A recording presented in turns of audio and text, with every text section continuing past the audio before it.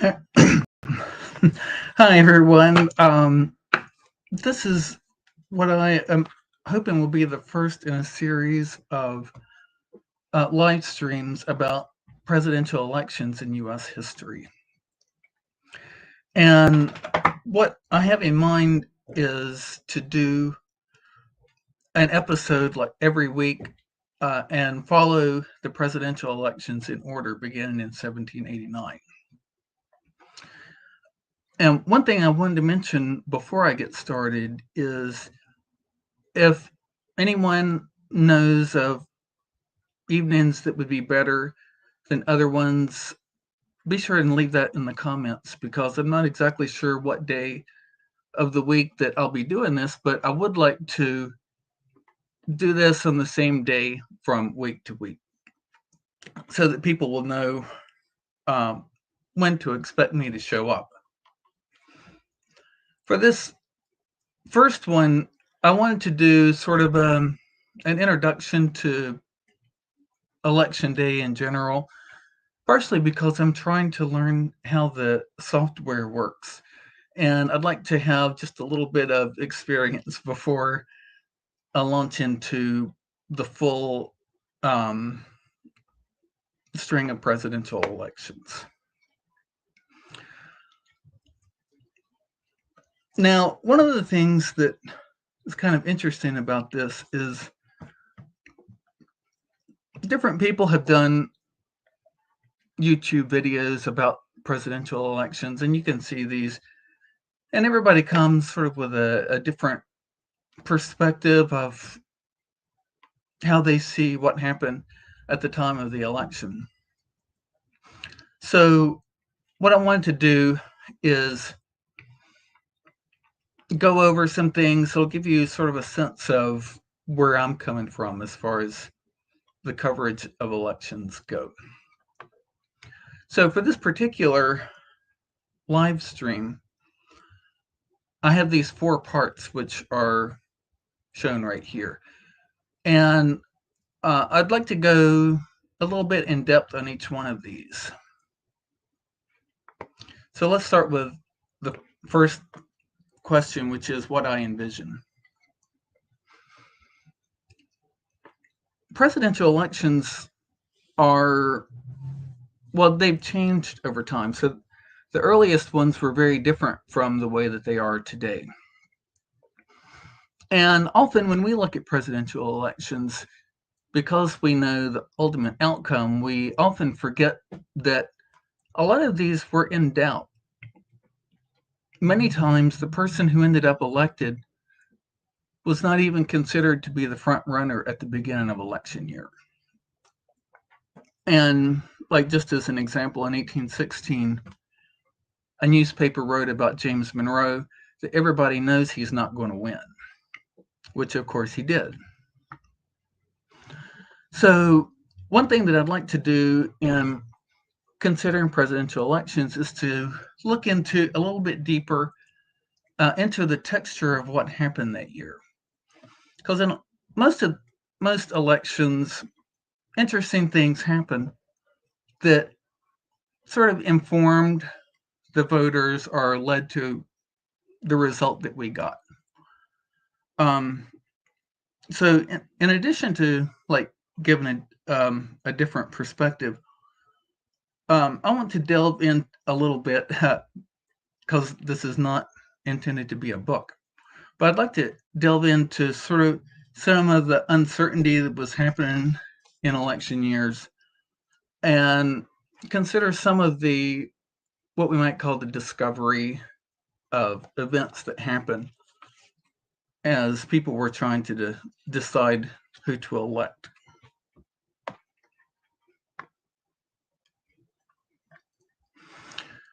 One thing that might be interesting for some of you is to know, like, why am I doing this? Aren't there other people who are more qualified? And the answer may be yes. The people who have done YouTube videos about presidential elections in the past tend to be people who are kind of interested in history. So I'm going to give some of my qualifications. I have a bachelor's and a master's in history from the University of North Carolina. And in 1988, I served as a presidential elector, and I cast an electoral vote for president and vice president. And at the time, I was a graduate student, and I was doing some research into election statistics in North Carolina. A lot of them had never really been compiled. And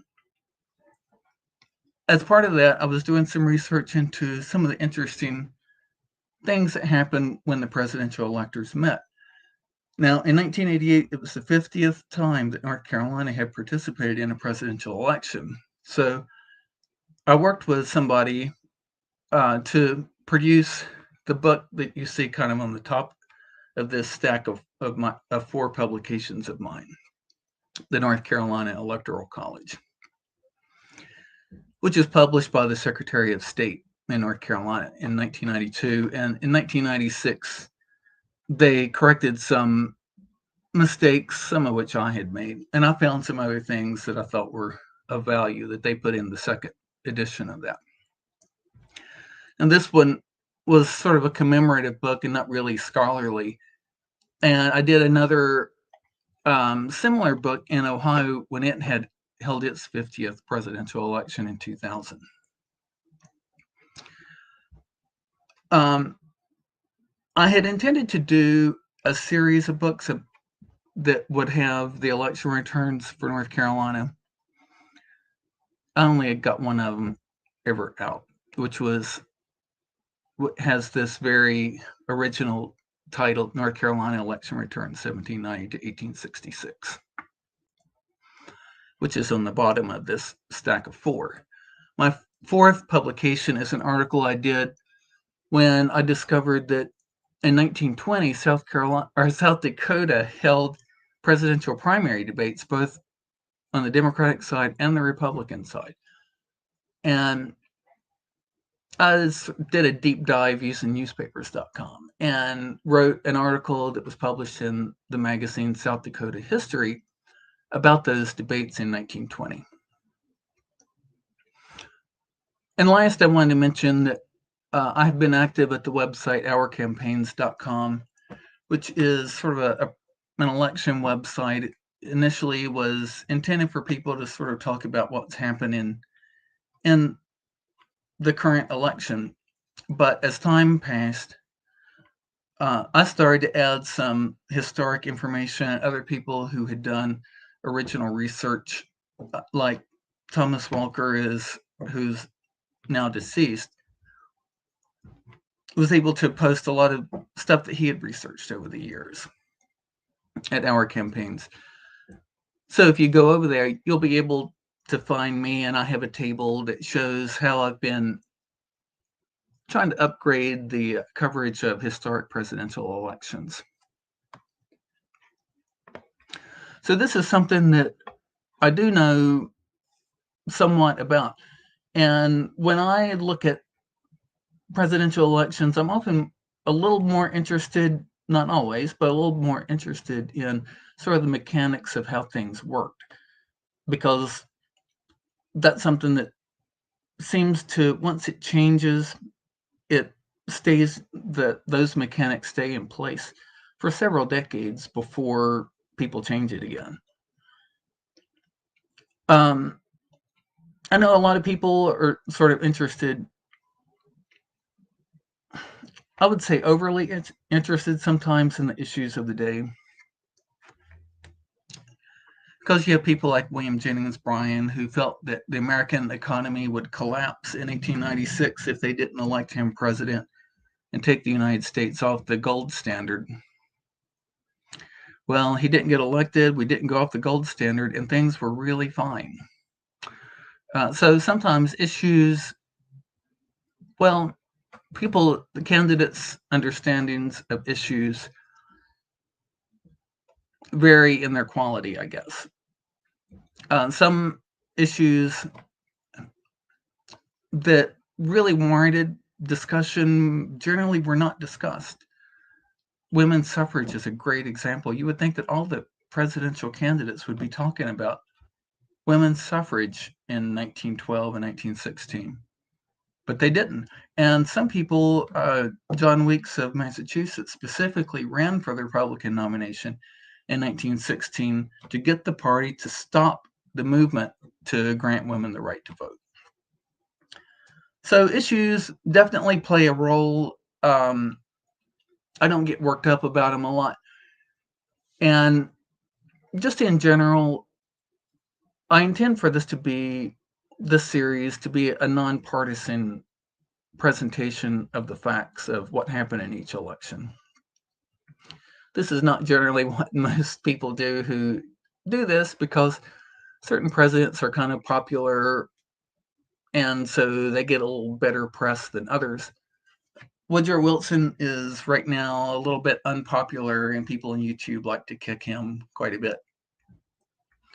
I've looked at biographies of candidates, winning and losing candidates, and interestingly enough, biographers tend to come to see things the way the person does that they're writing about. So if you read something about Benjamin Harrison, obviously he's a better candidate than Grover Cleveland. But if you read a book about Grover Cleveland, you'll be convinced that Benjamin Harrison was just a total failure as president. What I'd like to do, though, in my presentation here is to give you some of the reasons why people would have voted for either of the major parties, and I'd like to sort of touch a little bit on the minor parties too. Now, in terms of sources, I mentioned newspapers.com, which is just a super source. These are some other books. Now, what I'm showing you here are books that are important for like the overarching story of presidential elections. As we go through, unless I forget it, I want to point out some other books that are valuable that you might want to look at. Stephen Lawrence's book, The Glorious Burden, was the book that kind of got me interested in this. My parents had picked up the 1976 version of this when it came out. And it was, I think, first published in 1968. There may have been a later publication too, but I've only seen the 1976 one. This one's really good. For each presidential election, you can read his text in like 10 to 15 minutes, maybe. Some are shorter, some are longer. But it's the illustrations that really make that publication stand out. And Lawrence is generally neutral in his coverage, not always. He was a good friend of President Kennedy, which is kind of interesting, and he has a photograph in the book of him standing with Kennedy. The book, I guess it's a series, right? The History of American Presidential Elections. The most recent edition of this is this 3-volume set. It was published in 2008. This is really good. It's a little bit more in-depth. Interestingly enough, the people, when they revised this in 2008, they include some of my research without citing me, which is fine. I don't really care. I don't have a copyright on the stuff that I've done. So that, for example, in 1832, when people in the South who didn't like Martin Van Buren nominated an alternative ticket, Andrew Jackson for president and Philip Barbour for vice president, they held a national convention to decide, well, who is our vice presidential nominee going to be? Met in Stanton, Virginia. And I found that, of course, in newspapers.com. And so I wrote a little piece about that at Our Campaigns that I posted, and it ended up in this book. And there are other things too that I found that showed up in this book, which I was kind of surprised about. But that's okay. This is really good. The earlier editions of I call it HAPE, H-A-P-E, have a little bit more documents that relate to those presidential elections. And if you'd like to see documents, I mean, that's fine. I like this one because it's more of well, is strictly narrative. Some of the tables at the beginning of it, it should be updated because people keep finding stuff, right? So the next one I have is ourcampaigns.com, which is just a superb website in terms of the coverage of elections in the United States. Some people are working to expand coverage in other countries too, but all races for U.S. House, U.S. Senate, governor, obviously president, and most of the statewide races are in there, sometimes with the county returns. So it's just, there's a wealth of information is posted there. Last, I want to mention Bain and Paris's book, Convention Decisions and Voting Records. This is a really superb book. I wish they had given a little bit more information about the non-Democratic and Republican conventions, because some of these other conventions were important, like the progressive conventions of 1912 and 1924 were important, and others. I mean, I'm not saying they had to go into every convention that ever happened, but for what they have is really good. It would have, if I had done the book, I probably would have had the information about the roll call ballots with the narrative of those conventions. They happen to have put it in the appendix, which is fine. It's there. Yeah, so that's a really good one.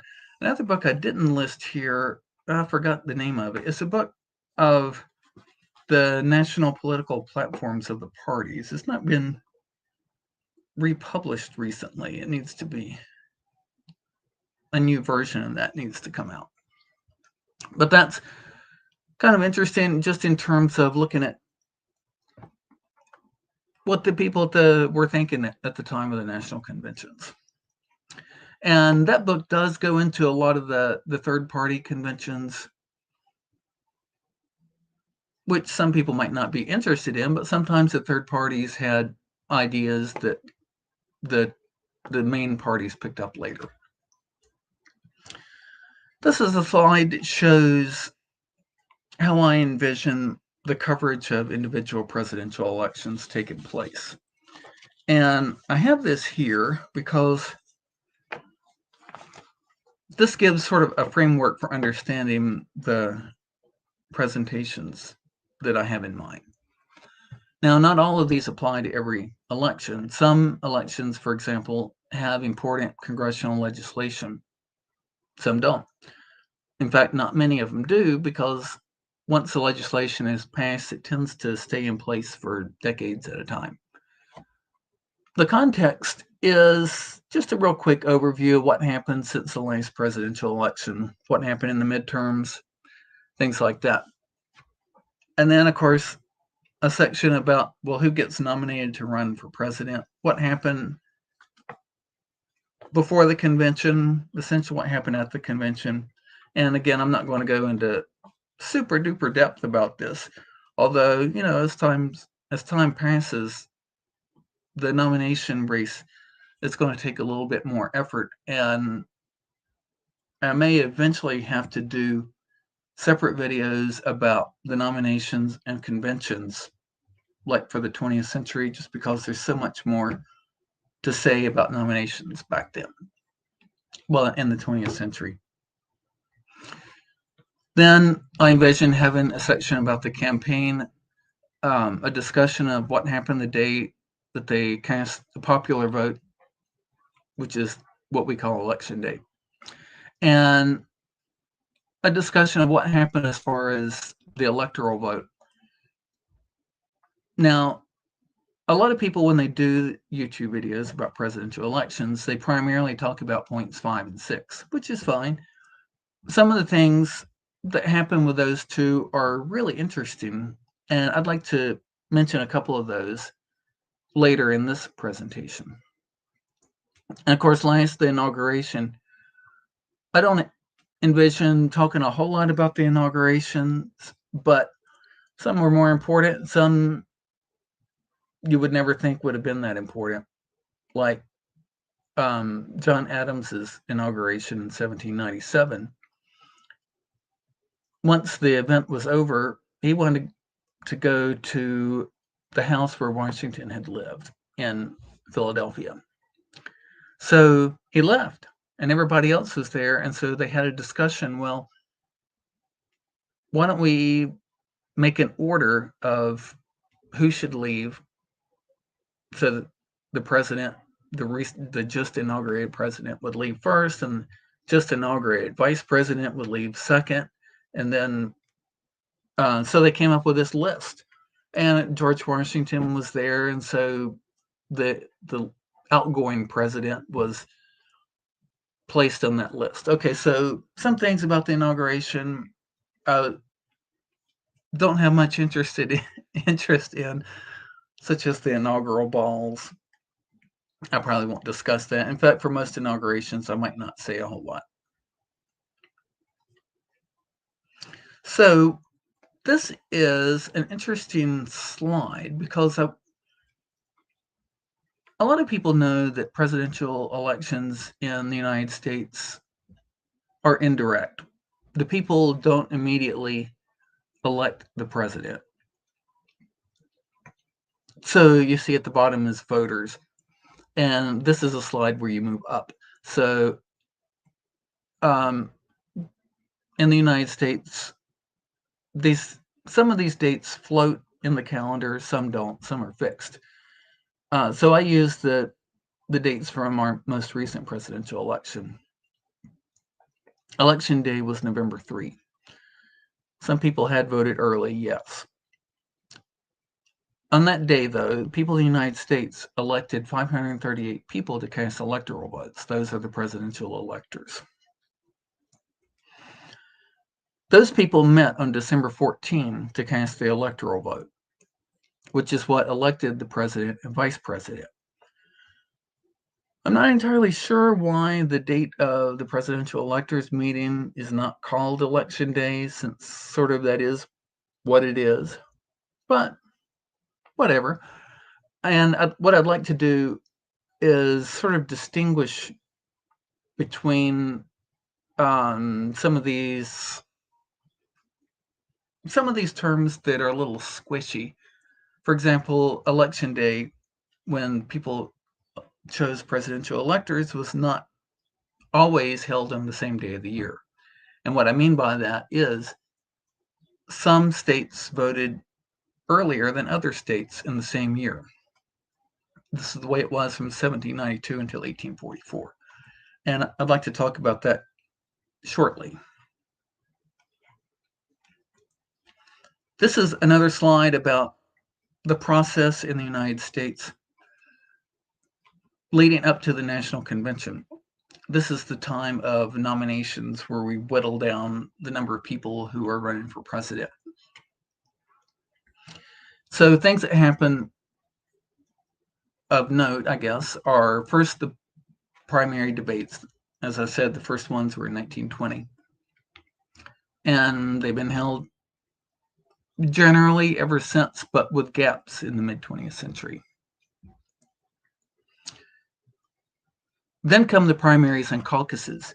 Now, generally in the 19th century, political parties would hold county gatherings, county conventions, where they would sometimes elect National Convention delegates, or at least elect delegates to their party's state convention. Then they would hold congressional district conventions that would elect delegates, and the state convention would elect some. In the early 20th century, a different process started, which is divided into primaries and caucuses. Now, the first primaries were held in the United States in 1908.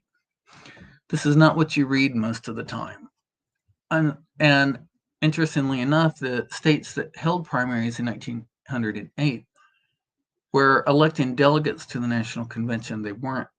They didn't have a ballot where people could say, I want to vote for William Howard Taft for president, or I want to vote for William Jennings Bryan. although some of the delegates had said, if I'm elected, I'm going to vote for this person or that person. What that means is we don't have good numbers for what happened in 1908. Like Pennsylvania was one of these. We held our first presidential primary in 1908. And somebody told me that they have the election returns in Harrisburg. So I called them up one day and said, hey, I'd like to come in and look at these. And they had no idea what I was talking about. This was at the Secretary of State's office, Secretary of the Commonwealth. They said that they had turned them over to the state archives where I had already been looking for this. So I don't know if it was even saved. Okay, so the states hold primaries and caucuses in the 20th century, 21st century that elect people, delegates, to go attend the national conventions. Now, the first national convention was held for the election of 1832. And most of the third parties go through a similar process. They hold national conventions. Very few of them hold primaries. Some do. The Libertarians hold a few primaries. The Green Party has some. And then also some sort of third party or independent candidates just bypass that altogether. They don't hold a convention. They just say, hey, I'm running. And the first of these was William Lemke in 1936, who's shown here. You'll see in some books that the Union Party that year held a national convention in the summer of 1936. But I looked in newspapers.com and they didn't hold a convention. He just held a press conference and said, I'm running. And some sort of semi-political organizations that supported him did hold conventions of their own. One of them was a Townsend group and Father Coughlin's group. But these were not Union Party conventions. They didn't meet to nominate Lemke for president. He was already in the field. And ever since then, some third parties don't hold conventions. The Party for Socialism and Liberation is one of those. They just announce their candidates. And I'm not sure that they've ever actually held a national convention. National conventions are interesting for third parties because it is a time we can get everybody together and get them enthused about what's happening so they can go out and start collecting signatures to get on the ballot. So it's kind of essential for them to do national conventions. Okay, so let's keep going. I want to talk a little bit about when election day is held. This is sort of a sticky subject, and some of the stuff that people say I don't think is true. And I've heard people, sometimes they'll have people like interviewed historians or something, and they'll tell you, oh, here's why we hold election day on the way that we do. That they decided that people needed to attend their religious services on Sunday, and then the next day they would travel to the polls, which would be Monday. And so on Tuesday was election day, and Wednesday they would go home.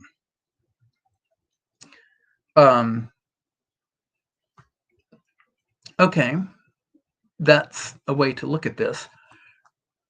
Interestingly enough, it's a little more complicated than that. And I'm trying to convey this with this table here. In 1789, people went to the polls on the same day throughout the nation. Now, in Maryland, they allowed people 2 extra days. The election was over 3 days. I actually just looked this up. I don't have all of the days that the states voted before this was standardized for the 1848 election. The reason that this was standardized was, interestingly enough, a group of people got on a steamboat on the Ohio River, and they traveled down the river, and they would stop in every county, and everybody would get off and try to vote. Both parties claimed that the people on the steamboat came from the other party. But one source says that they tried to zigzag across the river, so they were also voting in Ohio. That cannot be true because Ohio and Kentucky actually did not hold the presidential election on the same day in 1844. Okay, so I looked up when the days of the week that states voted, and as I said, I don't have all the information. But during this period, 1792 to 1844, the most common date that states held their presidential election was on Monday. And I would say it's about 40% of the total. If anybody's interested in this, I can post this like maybe in the comments. The second most common date for holding presidential elections was Friday. Other days are represented. Next is Thursday, and then Tuesday, Wednesday, and Saturday are about equal during that time period.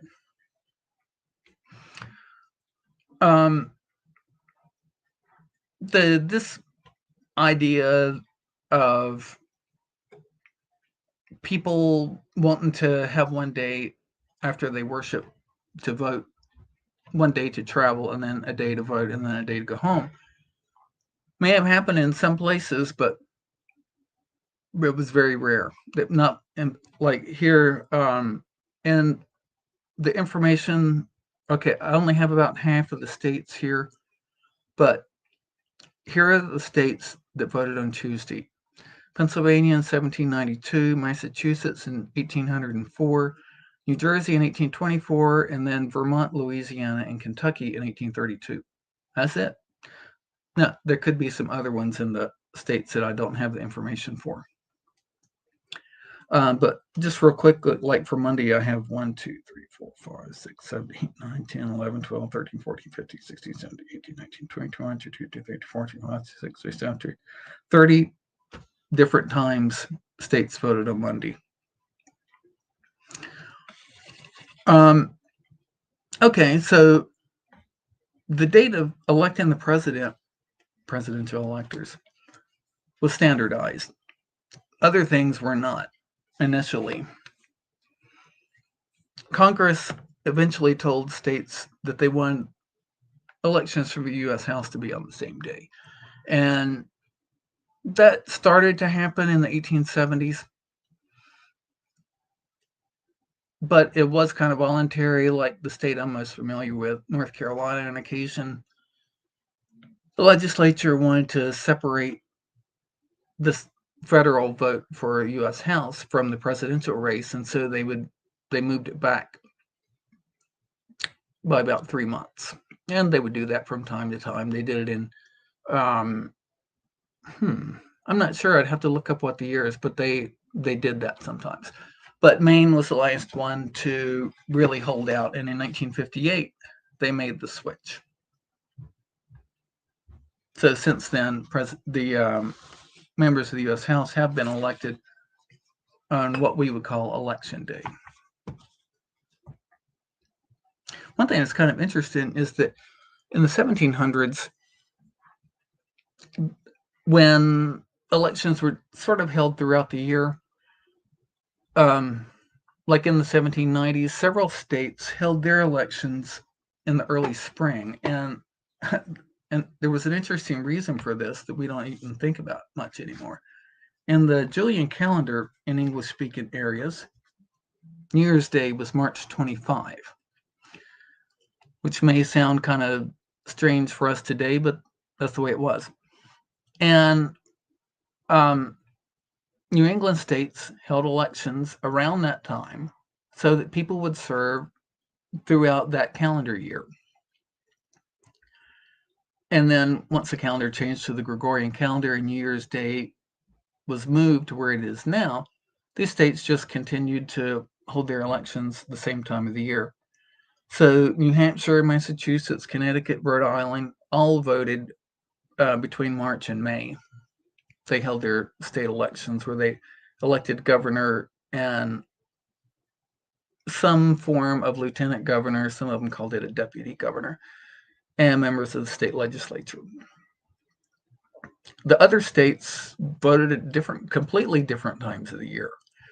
And Maryland, in fact, did something that we would think is very strange. They held an initial election in September where they would elect members of the state Senate.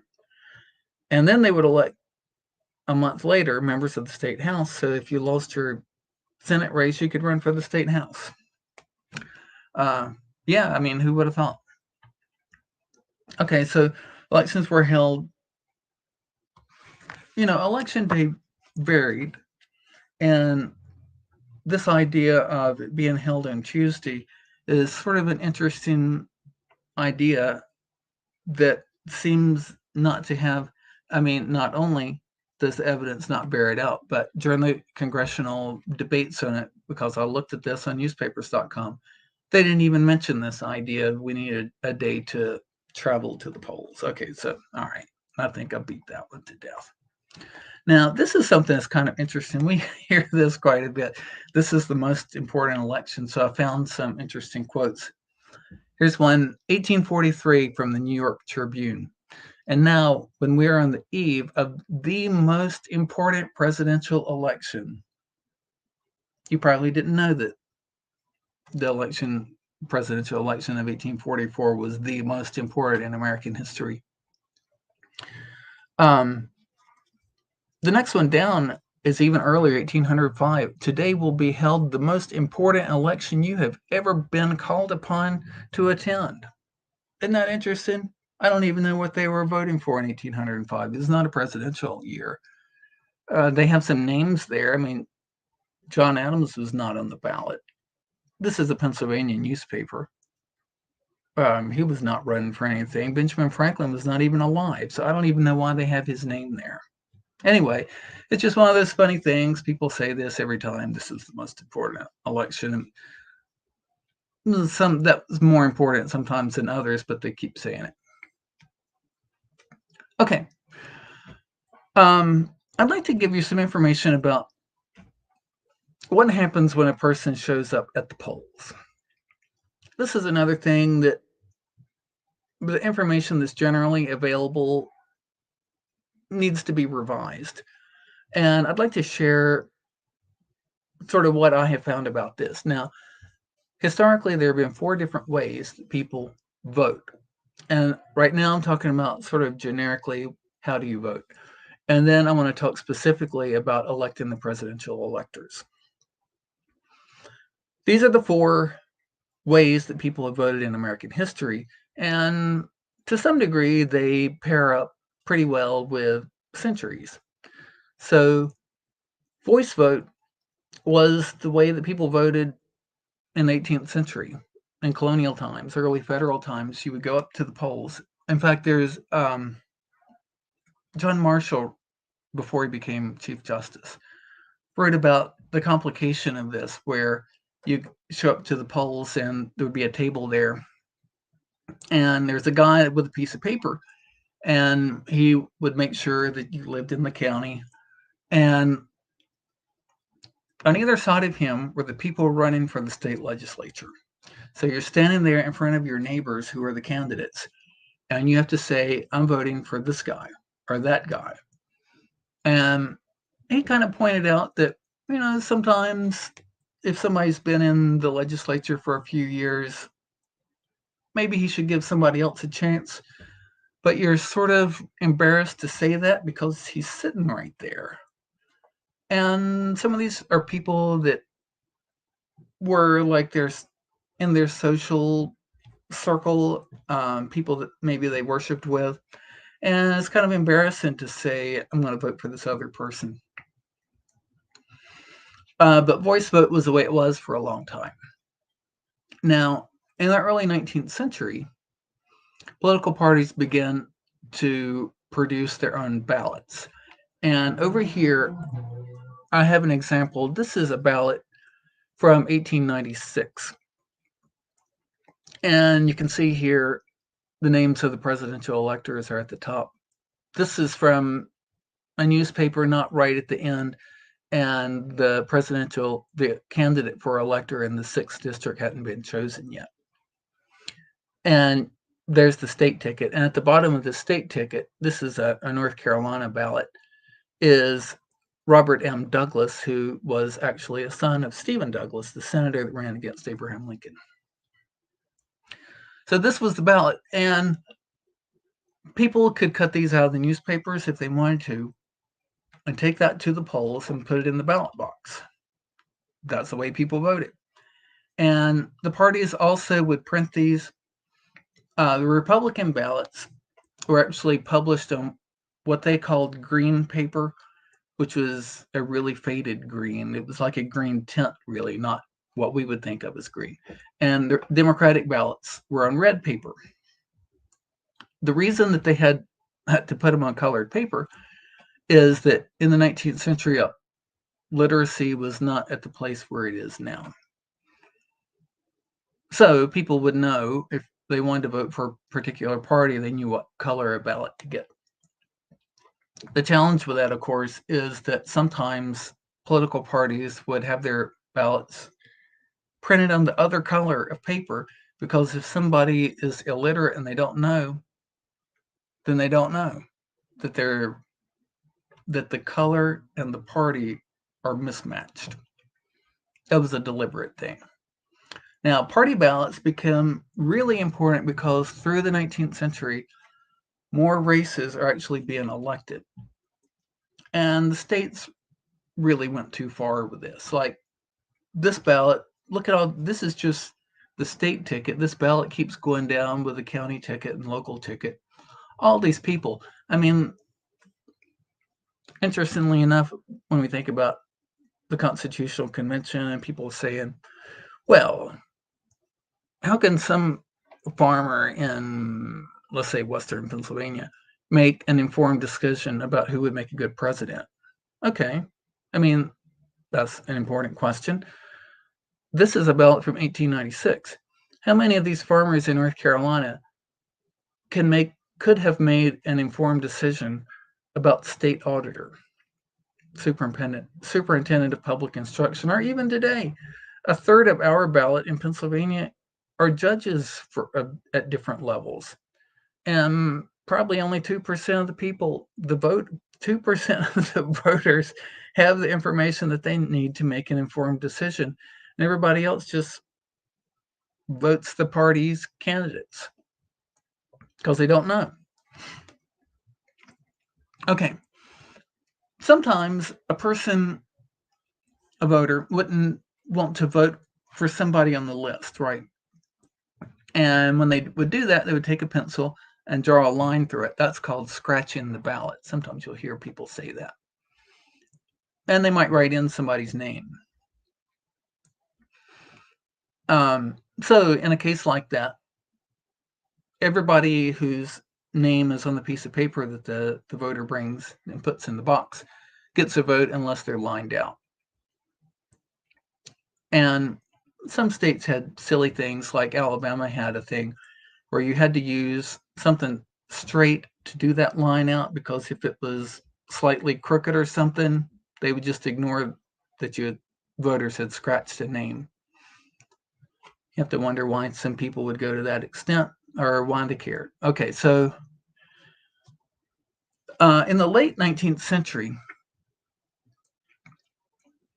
people were getting more interested in, they didn't want everybody to know how they voted. And one of the things people would do is they would get their ballots before election day, and they'd actually just put them in an envelope. And when they show up at the polls, they would drop an envelope in the ballot box so that people wouldn't be able to look at their ballot and say, aha, this person has a red ballot, that person has a green ballot, and have some idea of how they were voting. So let's discuss these next two ballots. These two ballots are different, and they're often, the terms are used interchangeably quite a bit even, and they are kind of similar, but they're not the same. So let's look at the Australian ballot. This is the ballot that we have in Pennsylvania right now.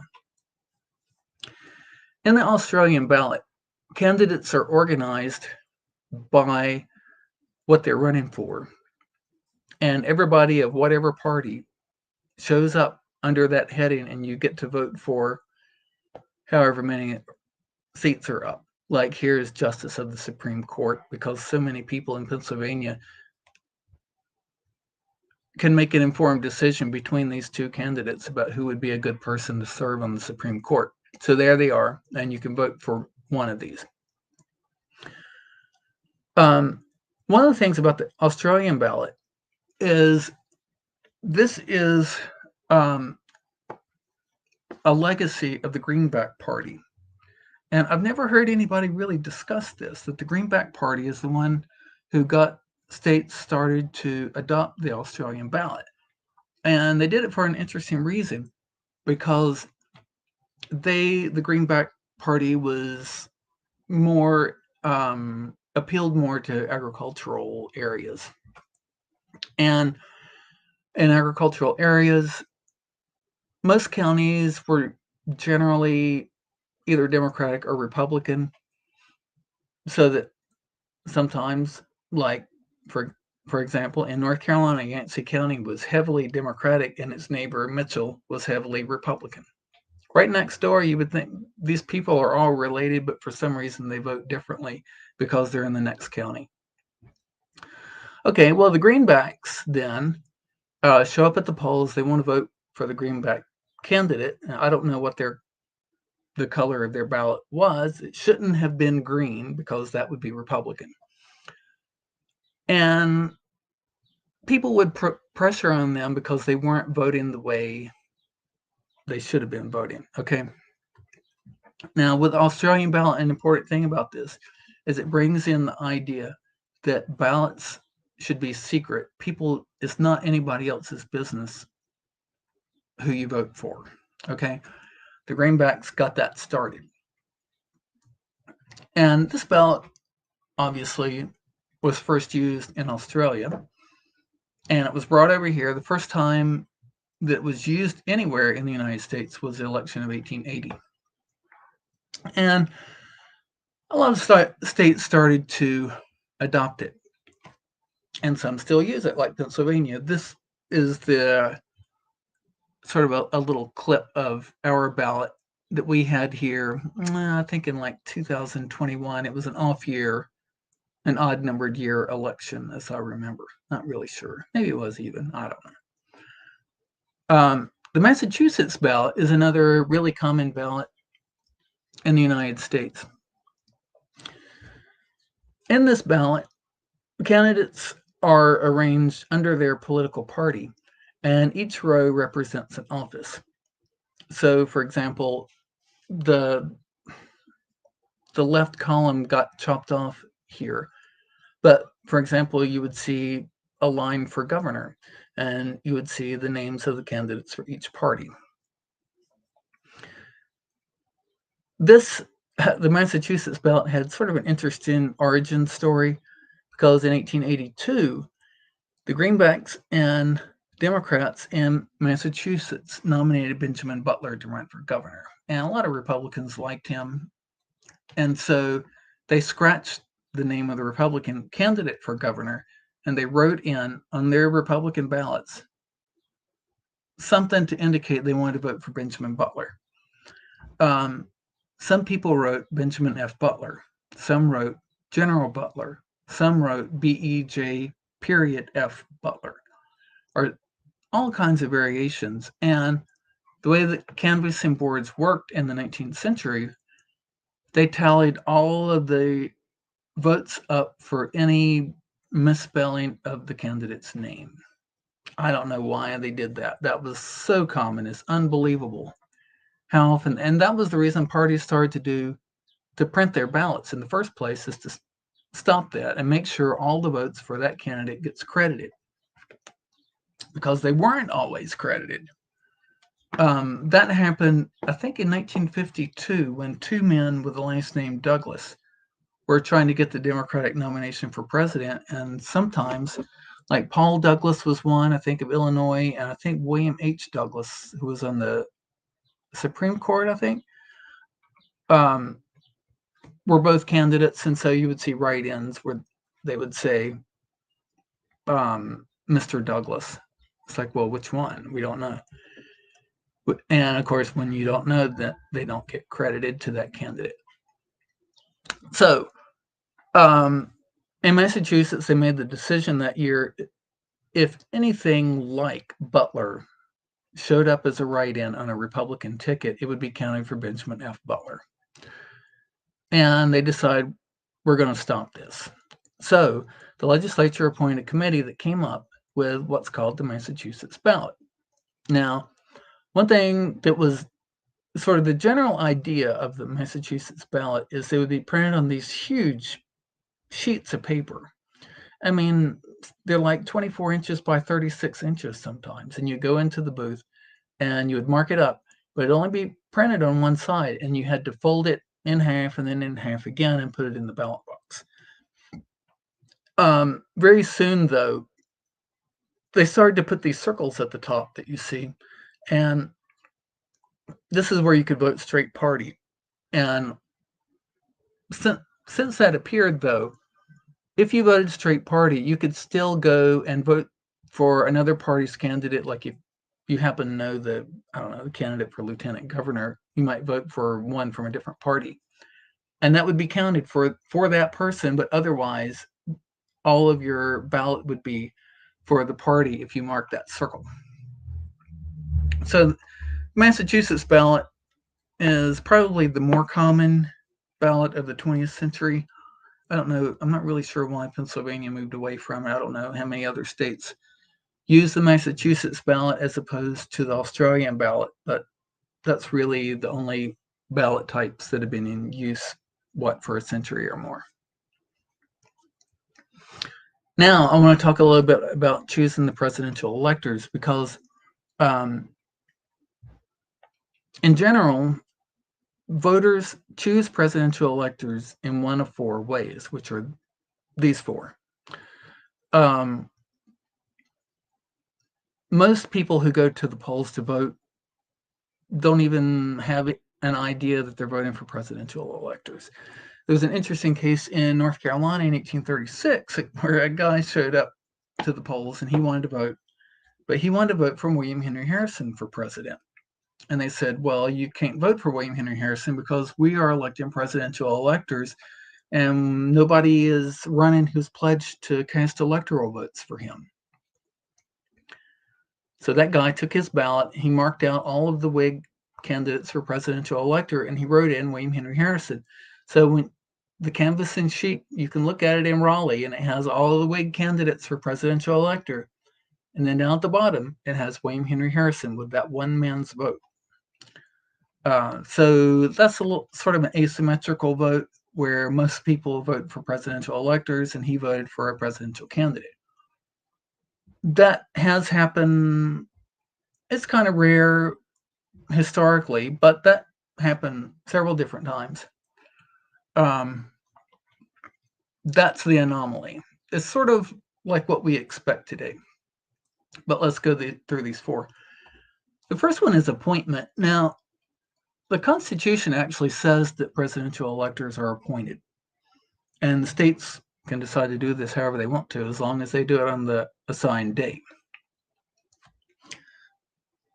Most of the time when presidential electors have been appointed, that happens when the state legislature meets. Other options have taken place, like in 1789, the legislature of New Jersey voted that the governor of New Jersey could just appoint the presidential electors. Right? Pick them. It's like, I don't want to show up. I mean, they had to show up in early January. They didn't know what the weather was going to be like, if there was a bunch of snow. It's like, I'm not coming.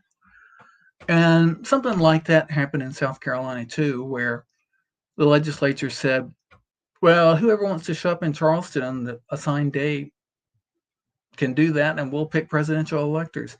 And only a third of the legislature even bothered to come. Okay, so that's appointment, when the presidential electors are not chosen by the people. Now, when they're chosen by the people, this has been done in one of three ways. And these ways have variants. And in given elections, I might go a little bit into this, probably not a whole lot. Electoral districts are when a state is broken up so that people in a given geographical area don't vote for all of the presidential electors, but usually they only vote for one. This varies by states, like the two states who vote by districts today, which are Nebraska and Maine, have a system where whoever wins a congressional district gets that electoral vote. And then whoever wins statewide gets 2 additional electoral votes. That's one of the systems that has been used here and there. On several occasions, though, states broke up the state into what was called presidential elector districts. And North Carolina was one of these. So there weren't any presidential electors elected statewide, what we would call today at large. Yeah, and that makes it a little bit easier in states like Virginia in 1789 when you show up to vote. And they say, who do you want to vote for presidential elector? You don't have a list of 12 people to choose from. You have the 2 people, usually 2 people who were running in your district. So those are electoral districts. The general ticket was the primary way of electing presidential electors in the 19th century. And this has not been explained well. So I'm going to try to explain this so that you can see what's happening. And then I'll talk about the short ballot.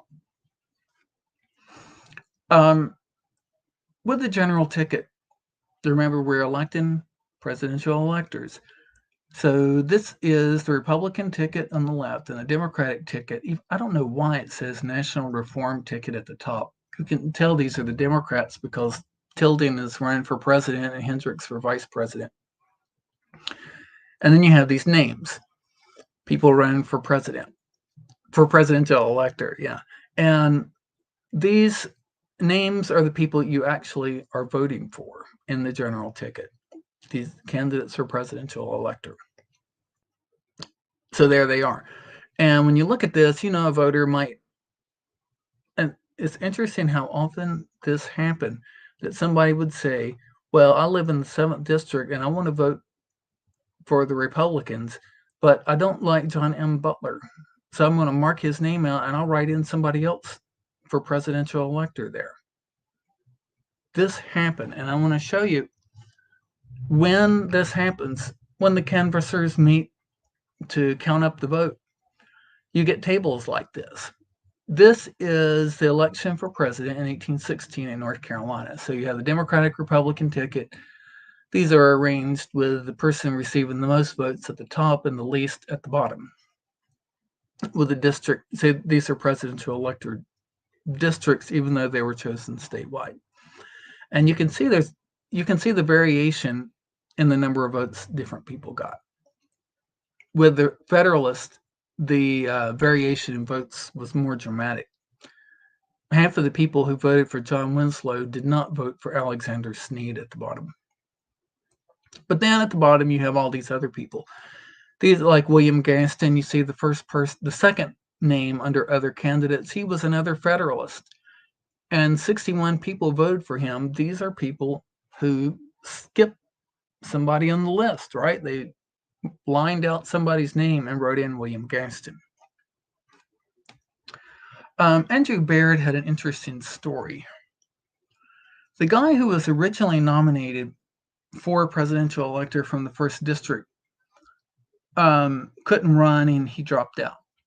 And North Carolina, for the first time in its history, held a convention to nominate a candidate. And they nominated Robert Love. Well, some people who wanted to attend that convention couldn't get there in time, and they wanted to vote for Andrew Baird. So he ran as an independent candidate for presidential elector, pledged to James Monroe. And the people who voted for him, those 640 votes for him, are votes for Monroe that should have gone to Robert Love. And see, if Robert Love had gotten those 640 votes, he would have placed first. But this is what you get with a general ticket. You get a breakdown of how many votes for each person, and these numbers of votes are different. And this became a real headache for canvassers. It took more and more time as the 19th century progressed, partially because of these write-ins and different spellings, but then also because of third parties. So you get these huge, huge canvassing sheets. It's like an Excel spreadsheet where the last column is like the CZ column. And because they record how many votes all these people got in every county and then tally them up at the bottom. And it was taking longer and longer and longer to do this. And this is what led to the idea of the short ballot. Initially, when states started to use the short ballot in the 1920s, they would put on the ballot presidential electors pledged to, and then they would list their names. This one happens to be a ballot from Ohio that shows Dewey and Truman. And this is what people expect, right? When people don't think. I mean, I would guess 98% of people who live in the United States could not even name a presidential elector at all. They just don't know who they are. Maybe some people know my name. I don't know. So this is sort of a shorter way of doing this that avoids all of this. Like Ohio has a lot of presidential electors, and every party had all these people on this canvassing sheets, and their totals would be in these columns, and a lot of times they were the same numbers for everybody. What I wanted to show you about this, which is kind of interesting, and I have no idea why they did this, but in 1948, Ohio did this asymmetrical ballot. So,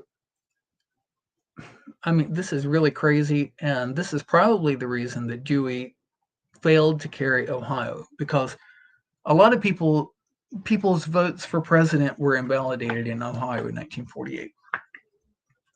Now, what we see on the left is sort of a zoomed in version of what's on the right, because what's on the right is what the actual ballot looked like. And what you see there is the Republicans are listed first under the eagle, and you can vote for Thomas E. Dewey. Or you could go to the second column and vote for presidential electors pledged to Harry Truman, the Democrat. Now, the third column are people who want to cast electoral votes for Henry Wallace, the progressive. You'll see that for some reason they're letting people vote for presidential electors individually, and the voters were really confused about this. It's like, what is this third column? And so people, for example, would vote for Thomas E. Dewey and then go over to the third column and vote for some people over there. And those ballots were invalidated because you voted twice. Or somebody may have known one or more of the progressive candidates for presidential elector and also voted for Truman. Those votes were invalidated. Ohio would not let you vote twice. Why they did this asymmetrical ballot, who knows?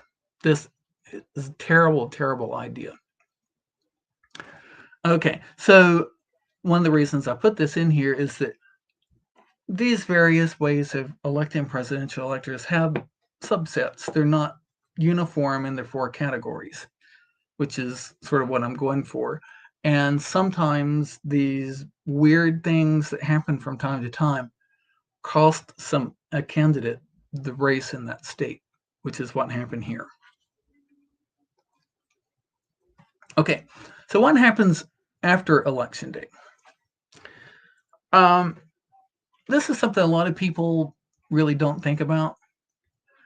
On election night, people in each precinct count the votes of that precinct, and they write them down on a piece of paper, and they get delivered usually to the county courthouse.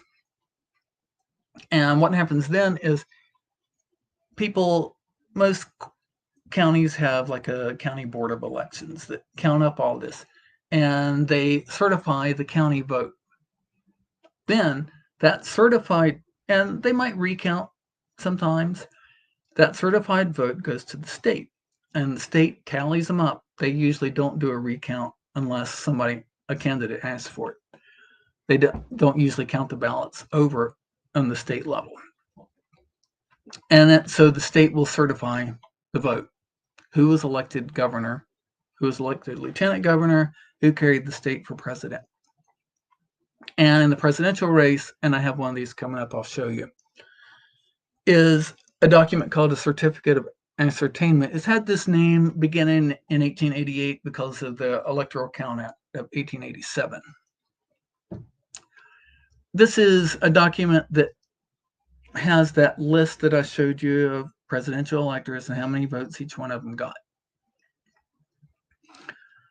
And this is sent to Washington, D.C. And it's usually somebody brings it for the presidential electors so that they know, well, who's supposed to show up. But the point of this is that presidential electors are supposed to be the people on that list. Sorry. Okay, certificate of ascertainment. Why don't we just look at that? This is the one from Pennsylvania in the 2020 election. And you can see the names there. The vote totals for the candidates are all the same. And at the end, there's a list of the people who were elected. Okay, then the presidential electors meet. This is a floating day. It happened to be on December 14th last time. And they cast the electoral vote. When the presidential electors get together, oh, sorry. They choose officers, usually a president, a secretary, to keep the minutes. And they sign a bunch of copies of a document that tells who they voted for. That document is called the Certificate of Vote. And I'll show you one in just a minute. One of those sets is sent to the Vice President of the United States. One is sent to a judge in D.C. One is sent to a local judge. The idea being that if the one does not arrive in the Vice President's office, they can go somewhere to get another one. From 1792 until 1928, the presidential electors would pick somebody to deliver the certificate of vote to the national capital, mostly Washington, D.C., but the early ones to Philadelphia. And this was a real coveted position because you got paid 25 cents per mile, which in 1792 was a lot of money. I mean, that's half what I get paid per mile when I need to drive somewhere for work. So on January 6th, after a presidential election, Congress meets in joint session to count. What they do is the certificates of vote are put into special mahogany boxes that are kept in the Vice President's office. They're put in there in alphabetical order as they come in. And on January 6th, these two boxes get brought out and they read parts of the certificate of vote that tell how many electoral votes were cast for the candidates. And then that's tallied up, and the winner is declared to be inaugurated on January the 20th after an election. This is the certificate of vote in Pennsylvania from 2020. This is pretty standard. The one in North Carolina, when I did it, seemed like it was a little more ornate than this, but I mislaid it. I still have my photocopy of it, but I don't know where it is. But it shows how many votes the candidates, how many electoral votes were cast for president and vice president, and then the presidential electors sign it. This photograph, I don't remember what year this was. This was not 2020. These are presidential electors, so they're going down the table, and everybody puts their name on the certificate of vote. They like to do it in the same order that they show up on the certificate of ascertainment because somebody has the job of making sure that the people who vote are the people who were elected. Now, presidential electors, sometimes one of them fails to appear. And all states have legislation that say that if somebody fails to appear, the people who do show up can fill the vacancy. This was not always the case. So sometimes states would lose an electoral vote because somebody didn't show up. In fact, one year Maryland lost 2 electoral votes that way. All right, so that is what I thought was going to be a much shorter introduction to presidential elections. So next time, I plan to do the election of 1789. So again, if any of you have any ideas, or if you have like a preference for a day of the week or a time, weekends are not always good for me, but I would like to sort of pick an evening and stick with it so that every week I would do the next election, do a live stream about the next election. So I want to thank you for watching this, and I hope you've enjoyed it and found it informative. Okay, have a great day.